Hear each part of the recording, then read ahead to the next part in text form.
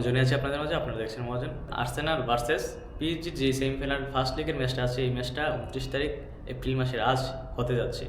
তো ওই ম্যাচটা অত্যন্ত দুর্দান্ত হতে যাচ্ছে, কেননা পিএসজি প্রথম দিকের যে ম্যাচগুলি ছিল সেই ম্যাচগুলি তারা পুরো লিগ থেকে 22-23 নম্বরে অবস্থান করছিল। অনেক কষ্টে প্লে অফ খেলে তারপর রাউন্ড অফ 16-এ প্রবেশ করেছে।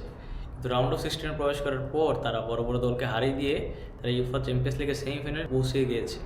লুইস এনরিক আর্সেনালের বিপক্ষে, মাইক অ্যাটাটার বিপক্ষে সেমিফাইনালের ইউফা চ্যাম্পিয়ন্স লিগের ফার্স্ট লিগের সেমিফাইনাল খেলতে যাচ্ছে। তো ওই ম্যাচটা আর্সেনালের মাঠে হতে যাচ্ছে এবং এই ম্যাচটা অত্যন্ত দুর্দান্ত হতে যাচ্ছে। আজ রাত ইউফা চ্যাম্পিয়ন্স লিগের মাত্র একটা ম্যাচ এবং অপর একটা ম্যাচ বার্সেলোনা ভার্সেস ইন্টার মিলানের হতে যাচ্ছে। এই ম্যাচটা আমি মনে করি যে লুইস এনরিকের দল কিছুটা এগিয়ে থাকবে, কেননা ওসমান ডেম্বেলে প্রথম দিক থেকে তারা দলে যোগদান করতে পারে না, কিন্তু বর্তমানে তার রোলটা অসাধারণ। কাভাসকারেলিয়া নেপোলি থেকে পিএসজিতে জয়েন করেছে, তার দলটা অনেকটা শক্ত।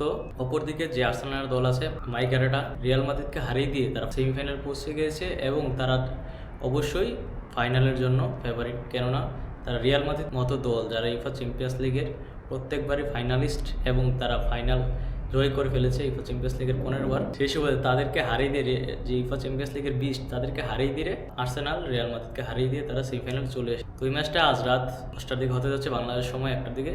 ম্যাচটা দেখার জন্য আপনাদেরকে আমন্ত্রণ জানালাম। নিউজে আপনাদের হাজির হলাম আমি জনি। দেখা হবে পরে একটা ভিডিওতে। Tata, bye bye.